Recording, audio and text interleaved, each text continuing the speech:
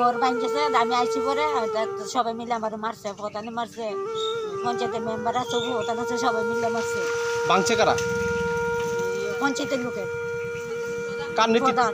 কার নেতৃত্বে ভাঙছে? পঞ্চায়েতের নেতৃত্বে, প্রধানের নেতৃত্বে? প্রধানের নেতৃত্বে। এটা কিসের ঘর আপনার? সরকারি ঘর? সরকারি ঘর। কেন ভাঙছে তারা?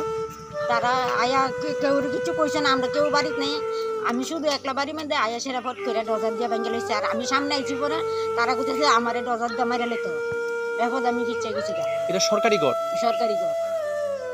এই ডজার দিয়ে ভাঙলো কি লিগা? কেন ভাঙছে? আপনারা জায়গাত না? আমরা জায়গা তো রাস্তা হইব কইছে, রাস্তা অনেক কথা কইছে পরে আমরা কইছি এই সাইডে দিয়ে রাস্তা করে নেন, আমরা এই ঘরটা বাসায় ভাঙ্গেলে আমি কই আমরা কইছি ভাঙলে তোমরা আমার ঘরের আবার একটা ঘর উড়াই দিয়া ভাঙ্গেল, আমরা ভাঙতেও না করছি না, আমরা থাকার জায়গা নাই এলে আমরা। এটা কি প্রধানমন্ত্রী আবাস যোজনা? সরকারি ঘর? সরকারি ঘর। সরকারি ঘর সরকার দিয়ে সেটা আবার পঞ্চায়েত থেকে ভেঙে লেছে? পঞ্চায়েতে ভেঙে লেছে,